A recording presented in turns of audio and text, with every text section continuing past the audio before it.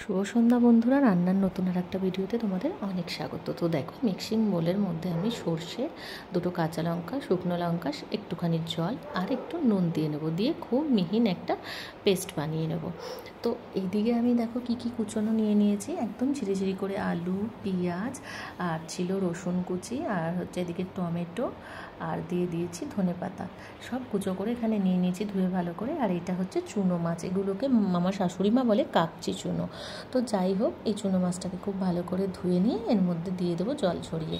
তারপরে এর মধ্যে এক এক করে সমস্ত মশলা দেবো। প্রথমে দিয়ে দিলাম হলুদের গুঁড়ো, তারপরে দেয়া হবে নুন, তারপর যে মশলাটা করে রাখা হয়েছে সেই মশলাটা দেয়া হবে 2-4 দানা চিনি।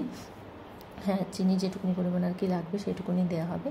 তারপর ওর মধ্যে দিয়ে দেবো 1 চামচ লঙ্কার গুঁড়ো, আর দিয়ে দেবো পরিমাণ মতন সর্ষের তেল। দিয়ে খুব ভালো করে মশলাটা মানে আর কি মাছটাকে আলু পেঁয়াজ সমেত সুন্দর করে মেখে রেখে দিতে হবে আধ ঘন্টা মতন। তো এইটা মাখার উপরই কিন্তু রান্নাটার টেস্টটা নির্ভর করে।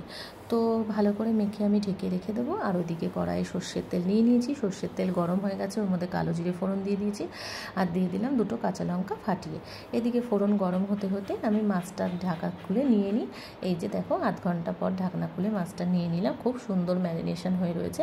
এবার কড়াইয়ের মধ্যে ফোড়ন ভাজা হয়ে গেছে, তো দিয়ে দিলাম, দিয়ে খুব ভালো করে নাড়াচাড়া করে একদম লো ফ্লেমে ঢাকা চাপা দিয়ে রান্না করব। তো মাঝে মাঝে ঢাকনা খুলবো, খুলে নেড়ে দেবো, এদিক ওদিক করে উল্টে দিতে হবে। খুব ভালো করে এপিট ওপিট করে বেশ একদম শুকনো শুকনো টানা টানা লাল লাল করে নিতে হবে মাছটাকে।